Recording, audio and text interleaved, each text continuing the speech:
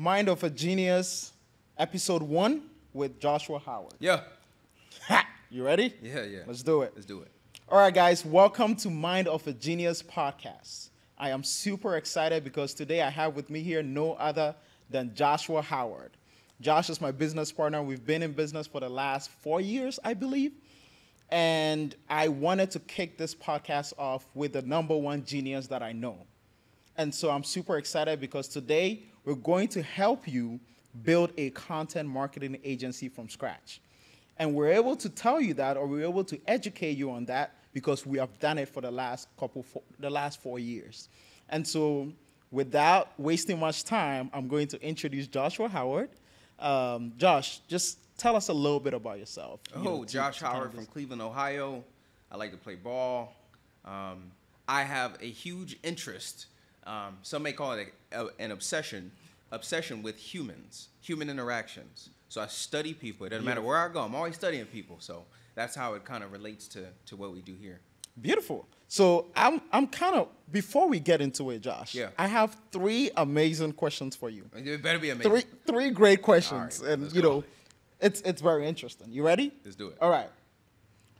The first question is, would you rather have unlimited international first class tickets or never have to pay for food at restaurants?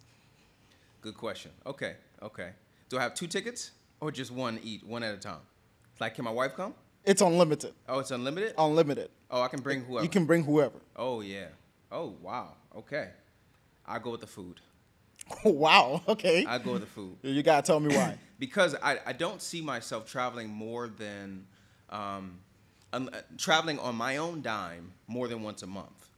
So looking at like first class international tickets, let's just value those at like $2,000 each. Mm-hmm. So that put me at like what, $4K if you have to put there. I like to eat good.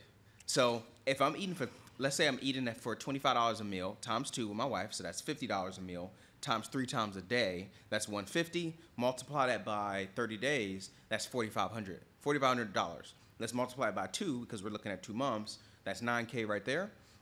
If I'm only going to do an international flight, did I say once or every other month? You said once a month. Okay, once a month. If I do that once a month, we would be close to there. Yeah, we still be on top with the $4,500. So I got to go with the food, and I can help out a bunch of other people. Wow. I would go for the flights because I love traveling, and I know you love food, more than I do. So I can understand that answer. Okay, you ready? The next one is, this one is a little, controversial right now. Drake or Kendrick? Oh, that's the controversial question. I would say Drake, most definitely. So if you're asking the question, did Drake or Kendrick win this battle? Kendrick won. But overall, I say Drake. Because Drake, the amount that he's produced, the variety in which he's produced, like he has a song for any emotion that you have or any time that you have, any season he has songs for, and he's still producing them. Oh, wow. So Drake. If I had to pick one artist for the rest of my life, Drake. I did not expect that answer, actually. Yeah. That's super unexpected. Kendrick's nice with it and everything, but Drake, he just has so much out there, man. His catalog is too big. I will agree. Drake is the GOAT. He's done so much over the last couple of years, and I think he has more to come. So, yeah. All right, final question. Yeah. Terrence Howard or Denzel Washington? Shoot. Terrence Howard. Why? Within the sphere of acting, Denzel has got more prestigious roles and all that. Some may say he's a better actor. Some may say. I'm not going to say that. I don't believe that to be the case. Because he'd be saying the same stuff in the movies anyway. Wow! But the stuff that Terrence does outside of his profession of being an actor as well, and math and science and all that, like the dude's on a whole nother level. People have no idea the stuff that he has that's about to be coming out. How do you know? No idea. I know for a fact. Yeah. He's told me these things. He's told you personally. Yeah. That's interesting. How he's going to innovate. How did he tell you personally? The travel industry on the phone. We talked. Why do you talk? I got connections like that, man. Everybody. So my boy here talks to Terrence Howard on the regular. So that's cool. That's exciting. Yeah, bro. He got some stuff on the way. All right. So you will choose food over flights. You will choose Drake over Kendrick and Terrence Howard over Denzel Washington. Most definitely. Beautiful. All right. So let's get into it, Josh. I want to know I know I always tell people that you tell the better story of how Brand Genius came to be. So tell our audience, how did Brand Genius come to be? So started off, to tell that, I have to briefly tell the story of how you and I met. So we met, I want to say, in 2018 or so. Yeah. So 2018, Damon John came down here. Crazy. Came to UTRGV, gave a speech. I'm like, yo, I got to go see that. I'm always trying to learn. People are going up to ask a question, and I'm like, yo, I'm going to go up and ask a question too, even though it was pre-selected. But I'm like, yo, if I stand in the back of the line, what are the odds that you're going to skip me? And they skip me. But you were the person that was right in front of me. Yeah. So you asked the question, and then I saw all y'all go to sit down for the after party. And I'm like, okay, if I go sit down, I'm probably going to the after party. And at least that panned out. So I went to the after party, and me and you even took that picture with Damon John. So that was pretty cool, man. So that was kind of the beginning of it. Since then, we stayed in contact. Another black dude down here in the RGV, 98% Hispanic population. So it's like, okay, another dude here. Then you put me on to Crush It by Gary Vaynerchuk. Yeah, the first time I met you, so I'm like, okay, that's value that's given from the very beginning. And then I knew you were on the business mindset, so I can talk to you about that. So later on, when you said you're starting your agency, I was doing advertising for Spectrum. I was writing commercials and doing sales, more so digital sales. Eventually, I was like, yo, I need to do something on my own. I was like, hey, you want to partner up with the agency? He was like, yo, let's make it happen. But I was like, okay, we need a videographer, because what we need to do needs to be heavy video. So I'm gonna take the commercial stuff, like the experience I have putting together commercials, and we need to put that on social media with like the ideas and stuff. So that was the beginning of it. So we start running through the people that we know, trying to get a good person. We started off with one partner, didn't pan out too well, and then we had to pay him for his time and move on. We got another partner, and it gelled. So we were able to kind of make it happen from there. So. How far into the start do you want me to go? We're actually going to tie it into it eventually on obviously building a content marketing agency. And a lot of it will come from the experience we had, from the start, some of the mistakes we made, and how that panned out. So I'm excited to hear that. But Josh, where is Brand Genius at right now? So we have been able to niche down from a general marketing agency or advertising agency. We used to do websites, we used to do media buys, we used to do SEO, we used to do SEM. Like, we was doing all that stuff. Now we just focus on commercial production, but mainly social media marketing. We're working with law firms as well as HVAC companies as well, and work with a number of other businesses. But those are the two verticals that we're on right now. Beautiful. What's a personal goal for you for Brand Genius? Personal goal for Brand Genius. I would like Brand Genius to expand to LA, to Atlanta, and to Chicago. Perhaps New York, but specifically those markets. Really, really big markets in terms of the Nielsen ratings. So after we take over Texas, that is. So we take over Texas, so we got Central and South Texas, have a good foothold, but there's a lot to go. We take over Texas, then we take this blueprint because right now, we have the systems in place to help us run this operation, but as it scales, those systems have to be able to hold up. And I'm probably going to get into that a little bit later, but we have to be able to make sure that all the systems that we have in place are flexible, so they're fluid. So if they get introduced into a different environment, we can still duplicate that. So duplicate the results we're doing now. So first take over Texas, then I would say go over to Atlanta, LA, and then Chicago. Beautiful. So if you're in Atlanta and you're looking for a content marketing agency, we might be there soon, so stay tuned. So that's a little shameless plug. All right, so we're going to dive right into it. We want to be able to create a content marketing agency from scratch. Okay, let's dive. Now, a lot of times, a lot of people just, have the ambition to start a business. They don't know what business to start. And so how would you go about even coming up with an idea on what kind of content marketing agency to start, and what would that come about? Like, how would you develop that idea to even make it a reality? Okay. Everything in nature flows path of least resistance. So if I drop some water on the floor, if there's a slight slant, it's going to move in that direction. It's going to be looking to spread out as much as possible. That's right. And that's everything within nature. So naturally, if you have a proclivity toward something or an affinity toward a certain product or certain service, niche into that, because you said content marketing. So you already niche into content marketing. It's not general marketing. It has to be video content now, because those are the only things that the platforms want. They don't want your graphic unless it's like a really, really dope graphic or something, or a meme that you can kind of make professional for a business. And they really don't want your photo, the platforms. They won't show that as many people. So you figure out, okay, what do I know? And what would I have an interest in working with? Because if you know the industry, you can reverse engineer the content process so that those that are that the particular business you're working with can service, you need to make sure that they're interested in that content. So start off with what you have an interest in. Beautiful. So that comes down to even validating the idea. So if you have an interest in something, how do you validate it in a way that people can feel like this is something valuable that they can use, or a service that they can use that will potentially be successful? Okay. So basically, like, how do you validate your marketing approach? You're saying if you're approaching a new business? Yes. Okay. How do you validate the idea to know that this is a viable business? Oh, yes. Okay. You need to, because the thing is, like, a business, what I'm about to say. A business is It's a group of people helping. Yeah. Yes. So it's just a group of people that are working together to help other people. That's correct. If the help is not there, are you really a business?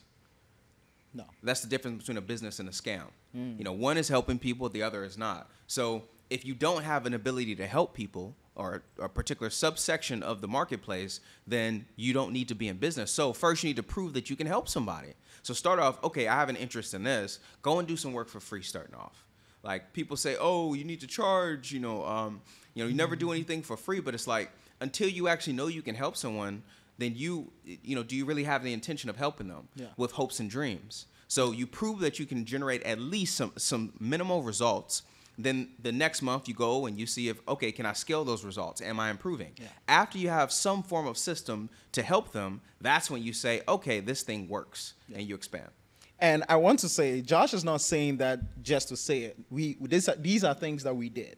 So there are times that we did some free work. We did some interviews for people without getting paid in the beginning. They saw our work, they loved it, and then they obviously signed a contract with us. So it's things that work. So that brings me into my next question of, now that you have the idea and you validated it, how do you get started? Do you need a business partner? I know the answer you're about to give, but I want you to expand on it. Yeah, of course. So if we're talking about content marketing, it just, I would say it really, because I like to speak on nuances too. Mm-hmm. It really depends on how deep you want to go, or how, and as well as how wide you want to go in servicing. So let's just say within content marketing, you want to produce content. Let's say you say, I want to produce graphic content, and you can stay with that one thing. You can go really, really deep with graphic content. You don't necessarily need partners for that, especially if you're just producing it, you're not posting or anything. But if you want to go full content marketing, as in, hey, this is an everything solution, you most definitely need partners. If you look through the greatest companies in the world, or the greatest people in the world that have accomplished things, they always have partners in one way or another. Collaboration is what makes us great. So you have to partner with other people with the content if you want to have a content marketing agency or any other business. So then it's not even just any partner. You just can't wake up and say, you know what, my cousin is good at this, let me bring them on as a business partner. What are some of the things you want people to look in when they're trying to find a good business partner? Yeah. One is someone who shows up for themselves. If they don't show up for themselves in the things that they have an interest in, they won't show up for you. Yeah. So you see, okay, do they have a business interest for once? Oh, you do? Okay, let's have a conversation. What are you interested in? I'm interested in this, that. Oh, so how long have you been interested? Oh, for a long time. Oh, what have you done with it? Oh, man, I'm going to get started next month. It's like, okay, maybe that's not the right business partner. But if you have someone, sometimes you can have someone that has an interest in it. They'll go out, they create a logo, they create a website, set up the social media stuff. It's like, at least that's something. Yeah. Even if they don't act on it from there, they at least got to start it with something. Maybe they don't know the next step. Maybe they don't realize that they need to partner. Maybe they're looking for you as well. But at least get started with something. And that's something that we had in common. Yeah. We both were getting started doing something already. So that's one aspect. But then also, it'd be nice, it's nice to say, if there's someone else with an interest in business and they're doing something, oh, I can automatically partner up with them, but that's not really the case. That's right. So we have to look for, within the business, there are 5 different aspects of business. 2 of them don't really matter in the beginning. So the 5 aspects of the business are sales, marketing, finance, operations, and then internal and external client relations. So that's HR if it's internal, and then also like customer success, so to speak, right? Yeah. So in the very beginning, the only things that matter are sales, operation, and the internal and external.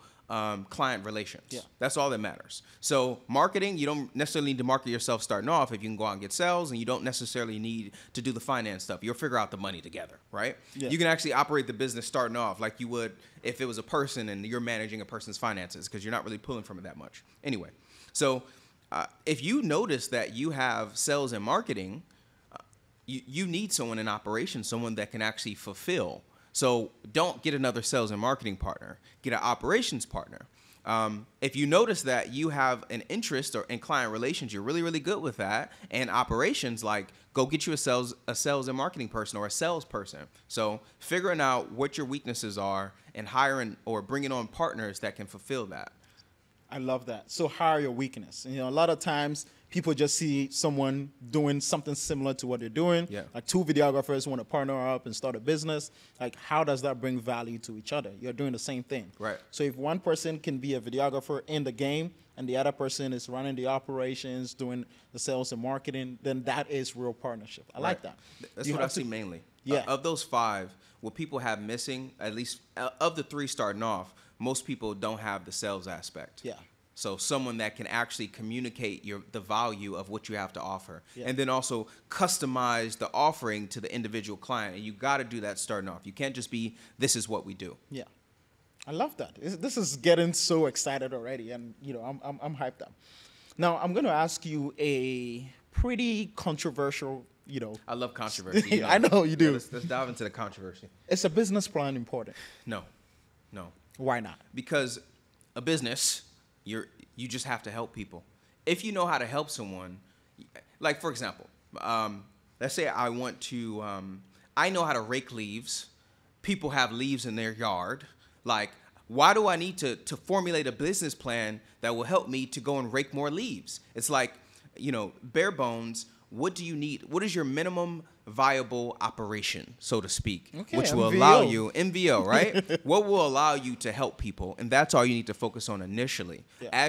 Because you're not at the stage where you want to scale. Yeah. Because you don't scale, let's say it's like a product or something. Scale would be, okay, I invented something or I have a product. Now we're going to make 10,000 of them.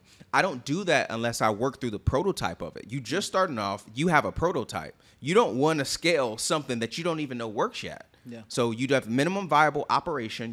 You work on that, and then beyond, let it be something that is actually a system that's actually worked on and is proven over time to still be able to provide that value. No, I love that because, for example, Airbnb, when they raised millions of dollars, they didn't have a business plan. What they had was a pitch deck, just kind of explaining the value they have to offer to investors, to clients, and all that.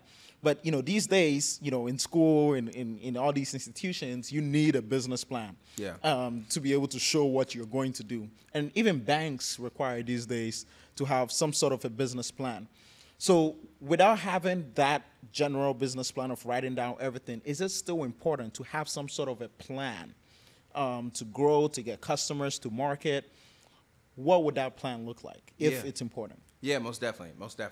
So starting off, the plan to get clients, it should generally, like, you're at the stage where it's like any and everybody. Who will give me money right now, but then also who can I help right now? You can't be picky about who you want to help at that point in time. You can't be as picky. So you start off, it's sort of like a bullseye. Sometimes you'll hit the middle, sometimes you'll hit the outer rings, but at least you got some points on the board. At least you got some darts on the board, so to speak. So as much as you have a certain focus that you want, if there's someone else that can offer you money, you allow them to give that to you. So when it comes to having a plan for client acquisition, take what you can, but focus on figuring out specifically who it is that wants what you have as well. So, because you may start off with a business, we talked about prototype and everything. So we may start it off, let's say, hey, we want to do auto dealerships. We get one auto client and like, yeah, we're doing good. We want to keep on doing that. But then we have 10 restaurants are hitting us up. Hey, we like what you do. Like at that point in time, do you say no? Hey, sorry, we're sticking with auto, or hey, we'll focus on auto and we'll still service these restaurants. No, at that point in time, now we need to switch over to the people that actually want it, because that comes to product market fit. People don't talk about enough when it comes to a service-based local business. But we need to make sure that the service that we're offering is something that people in the industry that we're looking for actually want. So if there are others that want it, then you might need to shift your business over to focus on them. So focus on who wants you as opposed to who you want. Oof, that's valuable. I love that. One follow-up question with that. So then, is it important in the beginning to niche down as far as services you're providing to the customers? In reference to services, whatever you can provide well and good conscience. Because if you're like, yeah, I can do that, but you have no experience with it, even without providing it for free, I know that's kind of like we're getting into an area where you can kind of just figure it out to some extent. But I guess it depends on your pricing at that point in time too. So I guess that's the nuance of it. Because I may not have any experience with commercial cleaning. Yeah. But if I'm starting up a construction cleaning business and someone's like, hey, can you do that? I'm like, yeah, sure, I can do it. So it's close. So I'm trying to make sure that I don't just generalize it and say specifically whatever. So you definitely want to go after whoever is willing to pay you, but you have to have some general idea of what to do. Yes. Otherwise, that's scammer related behavior, unless you're charging them like 10% of what the going market rate is. Yeah. Then it's like, okay, you get what you pay for. Basically, you pay me 10% and I'll do the best that I can. I'll try. Yeah. In that sense. So at some point, you need to know what you're good at and do more of it or promote more of it. You'll figure that out over time. Yeah, exactly. Okay, beautiful. Now, I want to transition really quickly into the money. Yeah. In my language, we call it kudi sika ega. So I want to transition into. We call it guap. You call it what? Guap. Guap? Yeah. All right, so we're going to talk about guap. That's an old term, bro. I don't know. Really? I don't know what the new kids say nowadays, but when I was growing up. What do the new kids say these days? I don't know, It's bro. not like I'm not a new kid. I consider myself a Gen Z millennial. I'm just like a day apart. You want to be a millennial so bad, bro. No, I don't, actually. No, I'm good. All right, so I call myself a Gen Z founder. So, I'm going to stick it with that. All right, I want to go into the money. How much do you need to start a content marketing agency? Okay. And what are some of the startup costs involved? Yeah. The way we do it now, you don't need anything. If you find someone that has the equipment already. So the videography. Or the video equipment, so a good camera with a decent lens. You need a good lighting setup. But I mean, you can start a content marketing agency with a phone. So if you just have the phone and you can focus on creating reels, you definitely don't even need that. So I would say if you already have a phone, you don't need that. If you're in the state of Texas, $300 for the Secretary of State to become an LLC. You don't necessarily need to do that initially because you can be a sole proprietorship. But if you're going to have partners, it would make sense. Yes. It makes more sense to do that. So $300 if you're in the state of Texas. That's the cost of it. So you can start a content marketing agency for as little as $300. As little as $300. That's phenomenal. So with that, because I know a lot of people, when they want to start a business, they're like, oh, my God, I need funding for it. Like, you're telling me that no one needs any sort of funding to get started in the game. No. That's the value of service-based businesses. So it's based on your IP. So my ability to do this, I know how to do this, or, of course, other service-based businesses are based on having a certain equipment. But in this case, this is all IP. Like, I know how to do this. So if you have the know-how, man, you don't have to have any startup costs at all. Okay, so then what would be a typical expense? So you get started, because I know there's softwares you have to pay for and everything. Like an average expense, what kind of softwares are we looking at to get started for a lot of people? Content marketing? Yeah. So this is after you already got some income coming in. You already have some revenue. You have people paying you. Then you reinvest into the business. Instead of going and picking up checks, you want to have some sort of payment software. So there's a cost associated with that. You should have, if you want to start off with proposals, you can do proposals in Canva. You can get Proposify. There are a lot of softwares that you spend with that. There are, for video editing, there are certain softwares that you might want to use for that as well. So if you want to use CapCut, there's a lot that you can do with that. You have Premiere Pro or just the whole Adobe Creative Suite overall. Yeah. That's an expense right there. There's even the CapCut has a free version, so you can basically do that for the free, except you won't get a lot of features. But basically, you can literally have zero expenses. Because of a lot of the free trials or the free softwares that are available, if you play your cards right, of course. Right. But as you scale, you want to start having a few things. Wait as long as you can to get a location, because this is a great part about this business. You don't necessarily need one unless you get a co-working space. So I'll start off with a co-working space instead of committing to having an office. Yeah. Especially an office over a certain amount of time, because if you may grow so fast that you outgrow the office, but you still have to pay for it. So get a co-working space most definitely, especially one that has conference rooms. So you can, if you want to have a client meeting, just go into that room. Are you saying that from experience? Mostly, I'm definitely saying it from experience, bro. Yeah. Yeah, that's because, we should have done that from the very beginning. I agree. That second, I agree. The first one that we got and the second building that we had, it was like so unnecessary. Yeah. I think the first one was good because it was a little space, we paid little, and then there was a conference room in that space. Talking about the very first one. But if we went co-working space, one, it would have been less money because that first one was what, 800? Yeah, okay. 800 a month. 800. We could have got a co-working space for like 300 a month. Yeah. And we could have had like better facility, better conference rooms and everything. Like, this is a little piece of advice as well. And then we went on bigger. And we wouldn't have had to buy the chairs. We wouldn't have had to buy the desk and all that stuff because they had it there. I agree. So yeah, that's actually a very good point.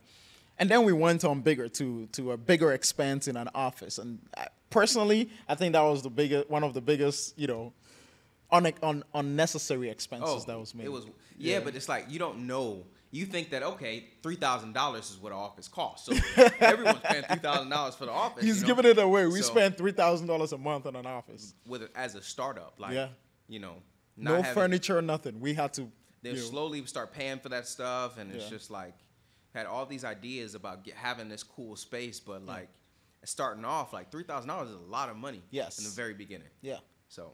And I think those were good experiences to have because eventually we learned a lot.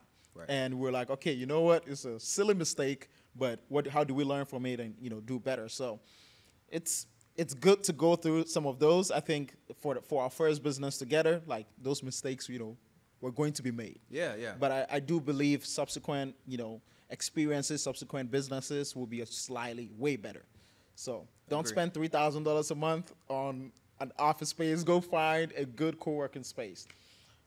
Shameless plug: if you're in the Rio Grande Valley, you need a co-working space. The Seed Building is amazing. Oh yeah, most definitely. All right, so let's jump into something that I personally usually get a lot of ick when people talk about, which is definitely not a millennial. All right, bro, talking about the ick. We won't say ick, bro. Yeah, no. I know. What do you say? What would be equivalent to ick? Yeah, I don't think we had one. You don't say. There wasn't anything like. Yeah. Okay.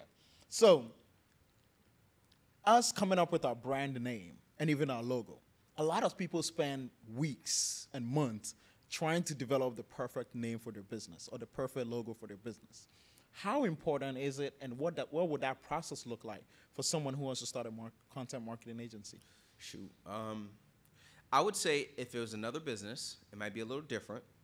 The thing is, like, you may think that the logo and even the name that you have initially is going to be the end all be all, and you think, oh man, a year later if I change it, but that really doesn't matter because no one knows you. Yeah.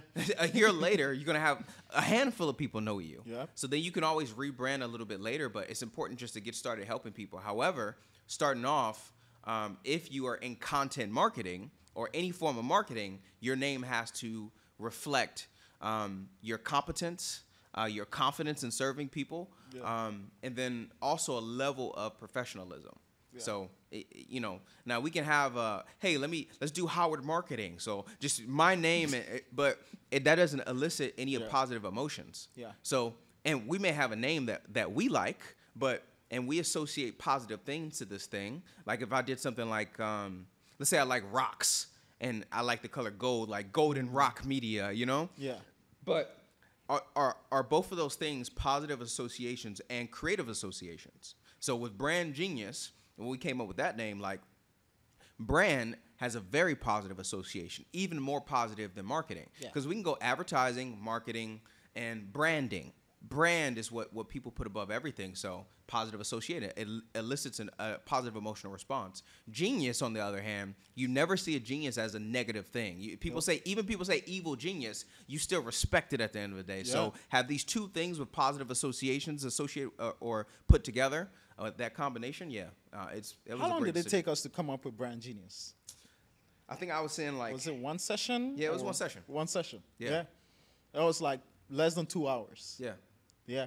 It was it a corner bakery or Starbucks? Corner bakery. Corner bakery. Okay. Yeah. It was good times. Yeah. Good times. Very good times, man. You know, I had a full-time job at the time. Josh had a full-time job.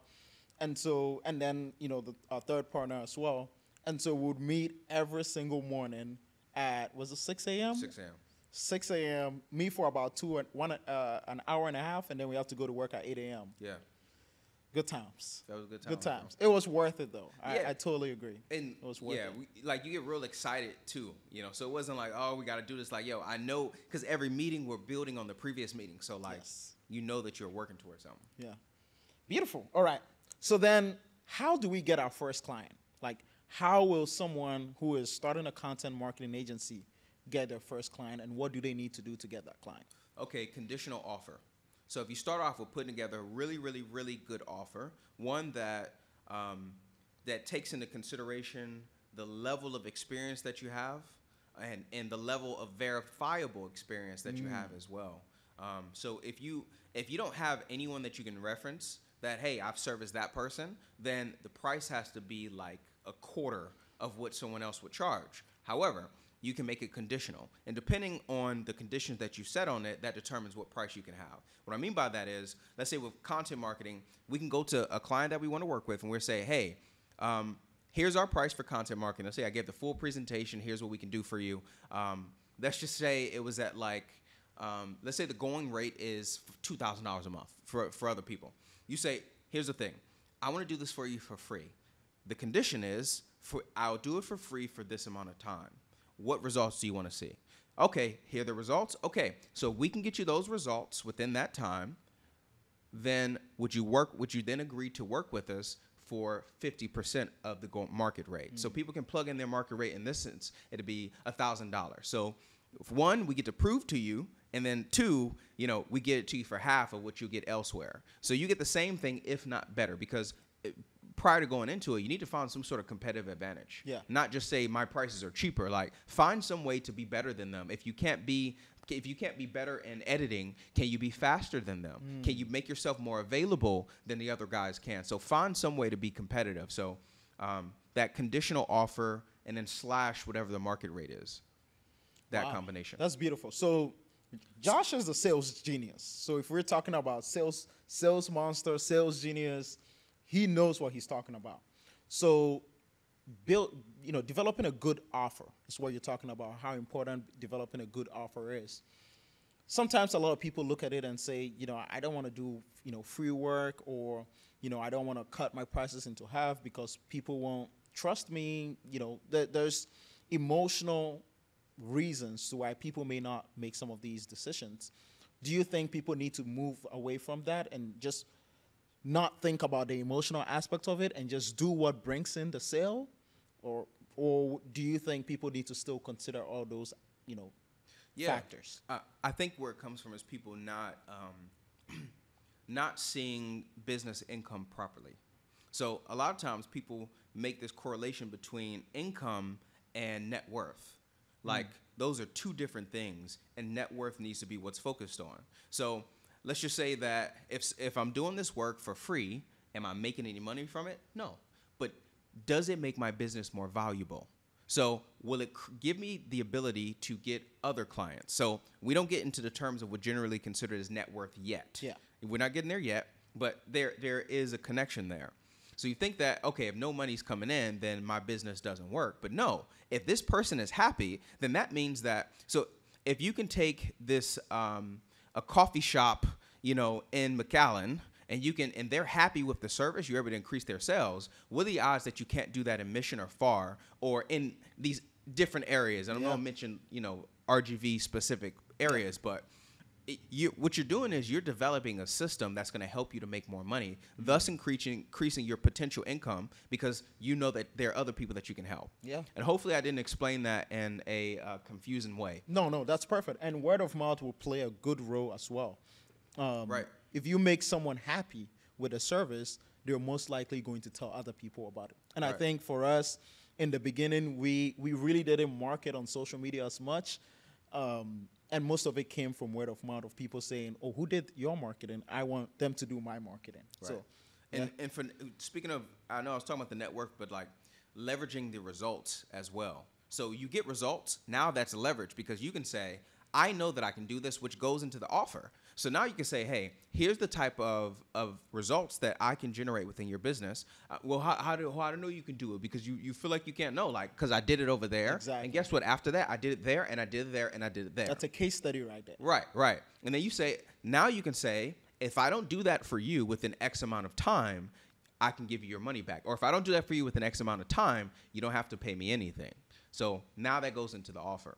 So net worth being, just kind of going back to what I said about income and net worth, your personal income that's coming in, that's not what's most important. It's how valuable your business is. Yes. So if you were to sell it today, how much would it be worth? And how do you grow that? By getting a monthly retainer. So even if you cut down on what it is initially, the more clients you get, the easier it'd be to get other clients, because now you've built a reputation, you have credibility, and you can instill confidence in people. I love that you say that, because a lot of people don't have an exit plan. And an exit plan ties into how the company's net worth. Like, if you were to sell the company right now, how much value or how much would you value it for? And thinking about that is more important, like you said, thinking about the day-to-day revenue of it. Obviously, the revenue will play a major role at the end, but the potential revenue based on the offer you're giving to people is still very important. Right. So I love that you say that. Yeah, so I got friends that make, just take-home pay 2 times as much as I make. And I don't make a small amount either, but they're making 2 times as much as I make. However, if I were to sell my share of this business right now, that'd be 7-8 years of their income. That's right. Yeah. Which would be, double that of the income that I have now. So net worth is far more important. It's more of a long-term view of things. You gotta have that long-term view. It's extremely important. All right, so the biggest thing for me, in this business sphere is dealing with people. And I think it's one of the toughest things to do, because everyone has different personalities and everyone has different ways. You need to have some level of emotional intelligence to deal with certain people. How do you go about recruiting a team and seeing who will be a very good fit for example, A Geniuz? And who are some of the most important components when you're starting a content marketing agency? So if I can compare what we did back then, so like, it's good to develop principles about going about things. So it was the 3 things that we look for as someone that was talented. So they had to have some natural talent, and in this case, it'd be creativity. Talent and creativity linked in whatever it is that they would do in their role, right? They would also need to have motivation. Because you may be talented, but if you just don't feel like coming to work, nothing's going to get done. And the last thing is, we wanted them to be a good person. Yeah. However, where we are now, we want those 3 things, but now we need some experience. Yes. Because the stakes are higher. So back then, we can settle for those 3 things because we can only afford people with no experience. Yeah.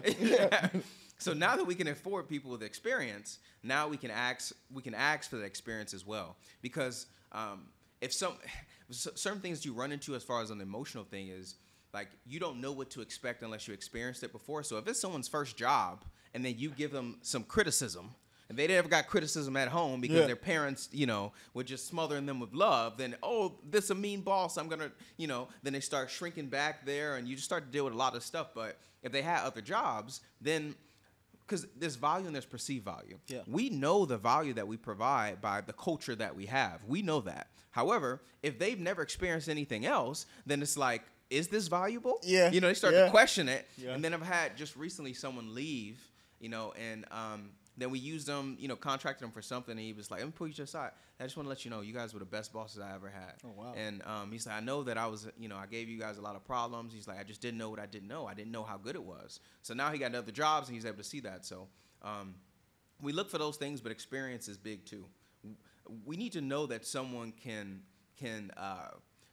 come to work and go hard during wartime, not just peacetime. Yeah. Because wartime in the business, like, you're behind on deliverables or whatever it is, like, that's what matters the most. Yeah. Because that's where your business can crumble. You can lose a huge client over this one period because you hired that person that didn't have the experience. Yeah. And that's very important because I think throughout our experience, it's been the toughest thing, dealing with people, people's different emotions, people's, emotional availability to even have conversations in the first place. And so I kind of want to tie it into the first hire for anyone who wants to start a content marketing agency. Let's say you have the videography down pack, you have, the sales down pack. What is the next step? What is the important next hire for people like that? Okay, so the videographer would be operations, and then the sales would be, focused on, getting more clients. Yeah. The next thing that we'll need is, in this scenario, do we have the person that can post already, the posting ability? Like down pack? Yes. Okay, if we already have that, let's say the videographer also posts or the salesperson also posts, then you need the client relations. You need someone that's going to be on top of delivering the results. Yeah, and like anticipating the client needs and being able to read their mind, so to speak. Knowing that, okay, they have this conversation before, like earlier on, okay, they must be expecting this right now, because the person now. So it's one thing to provide good results. It's another thing to communicate those results. So we've had clients where, they're like, "Oh, I'm not happy. I don't think it's working." And they put in a cancellation. Then we meet with them. And it's like, when we started, we were here. Now we're here. Yeah. This was like way past what your goal. Well, I didn't like the graphic you put. It's like, but that was on us for not constantly communicating the value. Yeah. So we need someone to communicate that value and help our customers or clients feel like you care about them. That really matters. Okay, beautiful. So we've kind of talked a little bit about, starting it up and, the culture, building all that from scratch. For someone who wants to kind of, again, get into this business, how do they know what services to offer? And how do you break down the services and price the services in a way that makes sense for the business? Okay. How do you know? If someone wants to get into content marketing, how do you know what services to offer? If you focus on, because one thing is like, what can you offer? That's one aspect of it. If you tried a little harder, just a little harder, what else could you offer is another thing. Because let's just say you're really good at content production, but if you reach out to a few people, you may be able to find someone else that's good at running ads. So you want to offer something that is justifiable. People are going to talk about return on their investment often. If we're not generating some form of return on investment,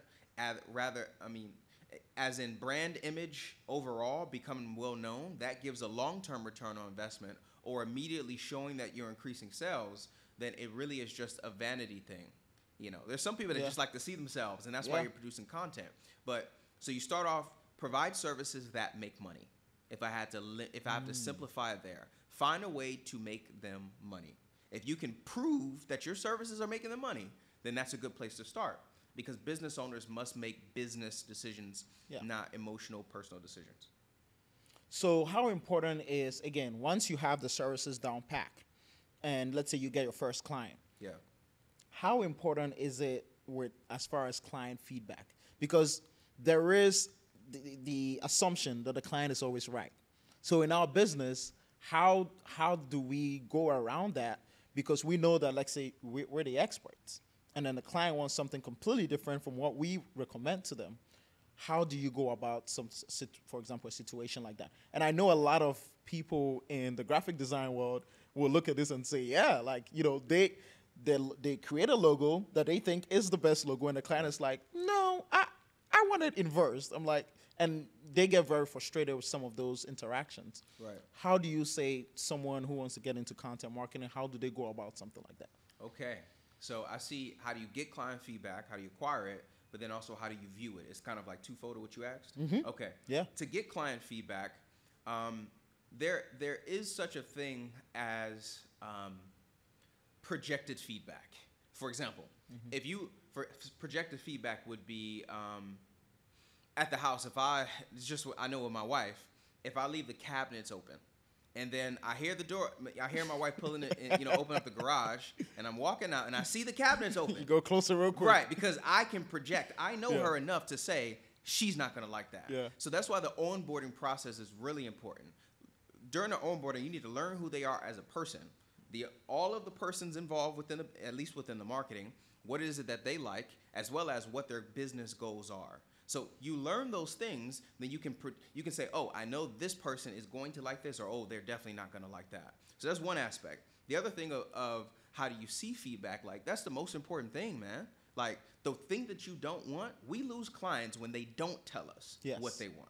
When they don't tell us, when they say, yeah, that's fine, let's go along with it. And it's like, I actually never liked that. Like, yo, we asked you. So then it's like, okay, did we put that on the client for not telling us? Or is it on us for not creating an environment in which they feel comfortable to tell us? Or sometimes you have to ask them 3, 4, 5 times or find other ways to confirm because they have different personality types. They like to explain things in different ways. And they feel vulnerable if they're really telling you how they feel. So help them to feel comfortable to be able to tell that, but then also create more opportunities for them to tell it. So if that means check-in calls every other week, official meetings at least once a week, or even some clients want to have it, or official meetings, once a month. Some clients want to have it every other week. Yeah. So create these opportunities for it.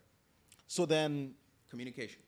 When it comes to the creative side of it, do you just listen to the client who has no social media experience, or do things in a way that you believe will work because you have the social media experience? Oh, yeah. So there's objective and subjective value. So let's say at this time you don't got the experience. Yeah. You got to do what makes sense and what you know, and be willing to experiment a bit with what the client says, a bit. But that's only if something's subjective. Now, there are other things that are objective. If a client wants to post 5 times a day, let's just say, and you can objectively gives me the ick. Right, there you go, the ick. You can objectively say 5 times a day makes no sense. Yeah.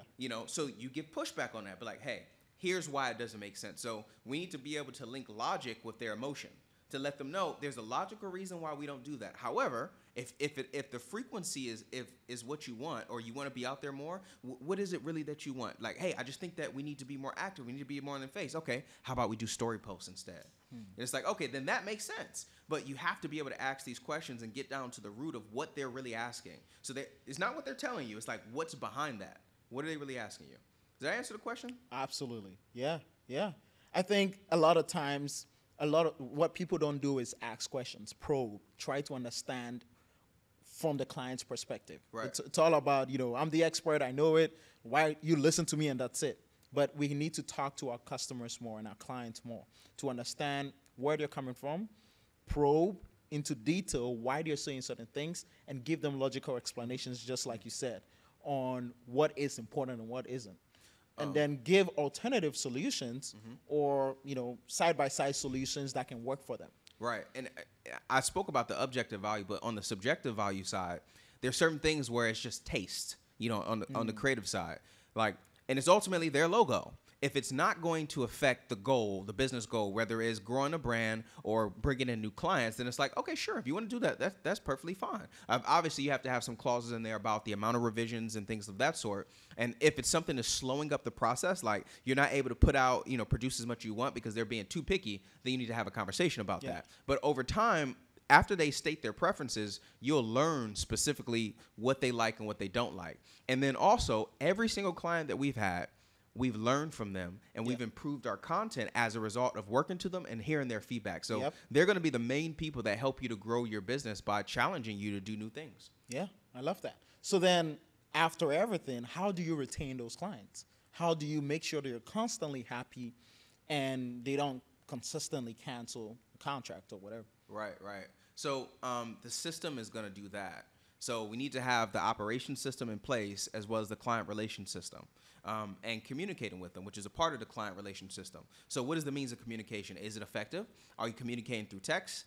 If you communicate through text, then perhaps it's just you on there. Or do you have a system for it? Some people use, what is that one? It's not Skype, but it's very similar to Skype. I forgot. Slack. Yeah. Some people use Slack to communicate with clients. Some people use Monday to communicate with clients. Yeah. Other people use WhatsApp to communicate with clients. Like, you have to have some communication system there. Communicate with them regularly. Hey, we just posted this, or hey, I'm sending this to you for your approval. Hey, look, we just went viral. What do you think of that? To get their feedback on it. Agreed. You should know exactly how they feel because you're talking to them enough. You'd be like, whoa, he didn't sound the same as he did last week. Something's wrong. Something changed. You hit them up and say, hey, what has changed? Yeah. Also meeting with them. So that helps you to retain clients. Also, reviewing the goals. Going back to what is the goal? Because sometimes, like, we can start producing content, but we lost sight of the original goal because we're going so far into just producing the content. So going back and reviewing the goals and then comparing that to what we're doing. Yeah. And to see if we're actually meeting those goals. Wow. This is so much value. I think I need to start charging for this podcast. Yeah, you probably should. Probably should charge special consultation rate with Josh. You have to pay we do $9.99. There you go, $9.99. That works. $999. Oh, that's what I mean. Oh, yeah, for the year? Annual subscription? No, per hour. Hey, that'd be dope, bro. Because of how valuable this information Put is. it on OnlyFans. Probably not. That is what OnlyFans originally was for. Well, we need a rebranded OnlyFans for businesses. Yeah, I understand. Yeah. I think they definitely need to do that. Yeah. But I don't think OnlyFans can go back on the stigma they've created. Yeah. And that's OnlyFans is one of those examples of, I want to help these people, but all these other people, they're the ones that actually want my business. They want what I have to offer. I'm helping them far more. At some point in time, they had to have that internal discussion. Okay, do we market towards what we want or who's coming to us? Yeah. So then they start having the OnlyFans store where they start having merch that had OnlyFans on it. And it was always, and it was tailored to the type of people that do OnlyFans as well. So they dove right into it. Yeah, it was very smart. But there was a time where the CEO of OnlyFans was giving pushback saying, hey, this is not why I created the platform. This was not the goal of it. He was like, this took an interesting turn. Right. Let me get back to business. And then he realized, okay, there's no money in what I was looking in, so let me go back there. Yeah. So she had to make that decision. That's a good analogy to exactly what we're talking about with finding your audience, your services, your customers, and just doubling down on that. So your service market fit. Yeah. We have product market fit and then service market fit. Josh always comes up with the best names. We just had MVO in this conversation. Oh, yeah. Yeah, so I love it. All right. So let's circle everything. We've technically built a full working content marketing agency. How do you know when it's time to scale? Because initially, after you start picking up clients, and which is great, is one thing for income, but more important than that, okay, it's a test. Our system worked for client A, it worked for B, it worked for C. Oh, shoot, it worked for D, E, F too? Without there being any major overhauls of the system, then this must be a working system. Well, is one, work as in, are they happy? That's one aspect. But then two, we're able to generate the results that they actually want. Yeah. The results that we intended to be able to give them. That's when you scale. After you stop having breakdowns in the system. You will have changes over time in the system, right? You will have changes, but so you look to see the volume that you have taken thus far. After you make the changes with that volume, then you say, where else can we serve someone? So a way to scale, starting off, could be, okay, I'm servicing my local area. Can I go to a nearby city? Or you can also scale in the amount of operations of value that you're giving. So, for example, with us, we do commercial production, but we don't do it that much. Yeah. We can scale by, hey, let's have a division that focuses solely on commercial production.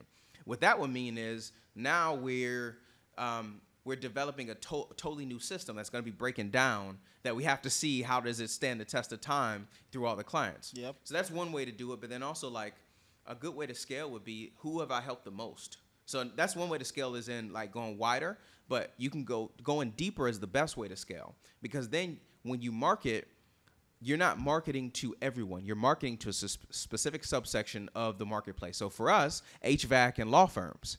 So because we're able to help them the most based on what we've seen, now we're like, cool, let's go after, getting more people that we can help with law firms in different areas and HVAC companies as well. Nice. Okay. So then, you're done scaling. You've gone through the experience of what it is. I feel like we need a part 2 for this because there's so much to talk about. What is one of the biggest mistakes that you made or we made as a business that you feel like we learned a lot from after all this experience? Because, we've gone through building it from scratch. Mm-hmm. We've gone through, hiring, marketing and everything, and even scaling. What is one thing you look back on and say, we should have never done this? Bro, there's so many things I'm like, yo, bad decision. It's like 100 of them. Bad decision. I say the biggest thing is wanting to, because you after you do one thing and it starts going well, it's like, man, can I do this over there and over there? I see a lot of people with businesses that are working. Your business works. It works very, very well. Say, I want to start another business. And even if the business is related, and because the business is related, like, okay, then it would make more sense. So that's something that we did with our software startup. Yeah. One, that was not the time to do it. Because the time to do that is when we're able to step away from our business without us being needed. Yep. But we're like, okay, we can make more money by doing that. And what happened was we stopped focusing on employees. We focused less on our clients as well and less on working on the business systems. The systems were breaking down and we were putting patches on it instead of focusing on it. So don't do too many things. If you have one thing, if it works, you just keep doing that and you see it all the way through until you can get people to replace you. Yeah. After you get people to replace you within that business, you can walk away from the business for 90 days, 90-day test, and it still be fine. Yeah. That's when you say, okay, cool, let me go and do something else. Yeah. So we should have never, ever looked elsewhere. Yeah. So then what have you learned from this whole experience? Building a content marketing agency within the last 4 years. What have you learned that has stayed with you throughout this whole ordeal? Yeah.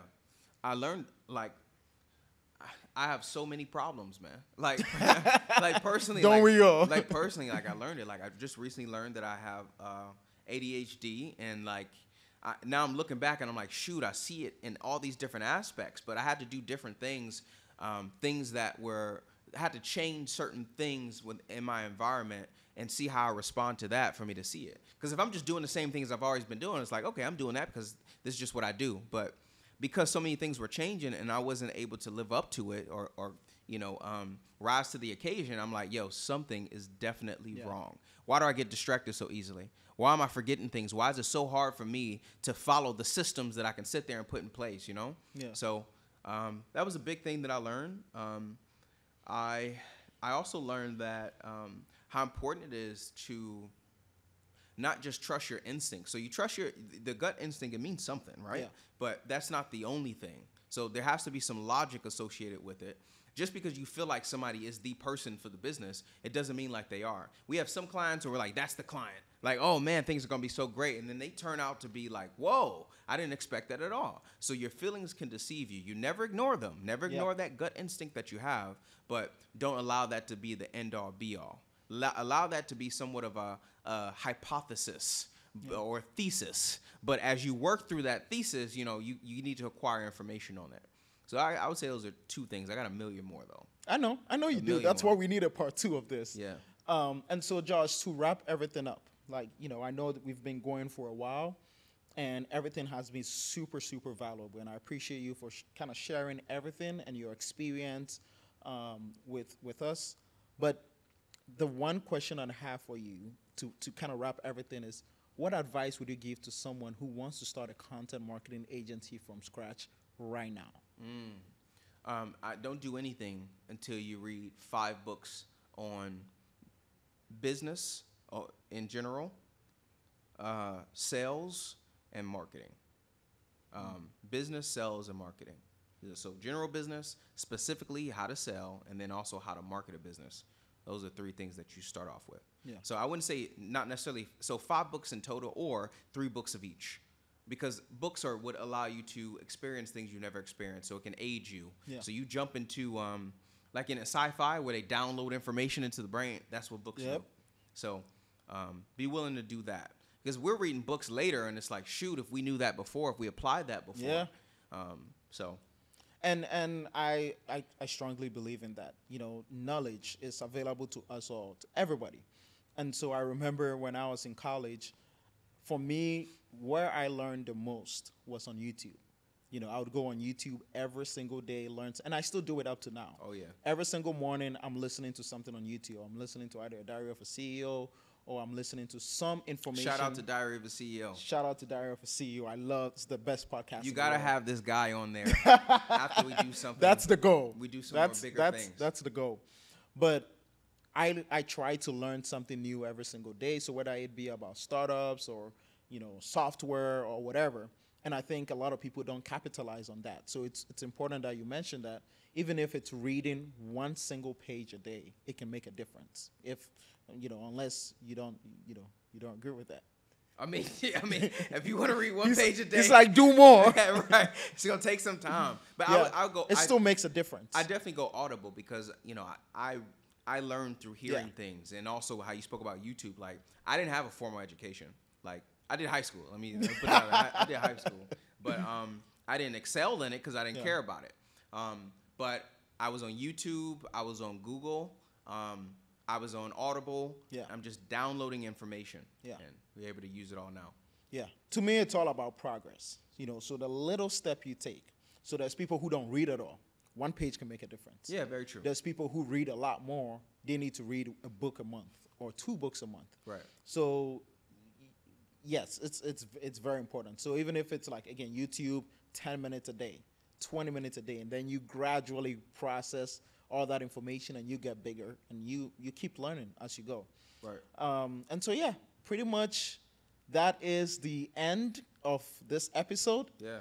This is the first episode of Mind of a Genius, and I couldn't have anyone other than the #1 genius I personally know, which is Joshua Howard. He is the sales genius. He is the sales monster. You know, monster can be a positive word as well. But I want to thank every single one of you for tuning in, for watching all the way to the end. If you watched all the way to the end, I have a surprise for you. I want you to DM me the word MOAG. And if you DM me the word MOAG on Instagram, I will send you a free t-shirt. So that is a little surprise I want to add towards the end of this video. Don't forget to subscribe, like, and comment.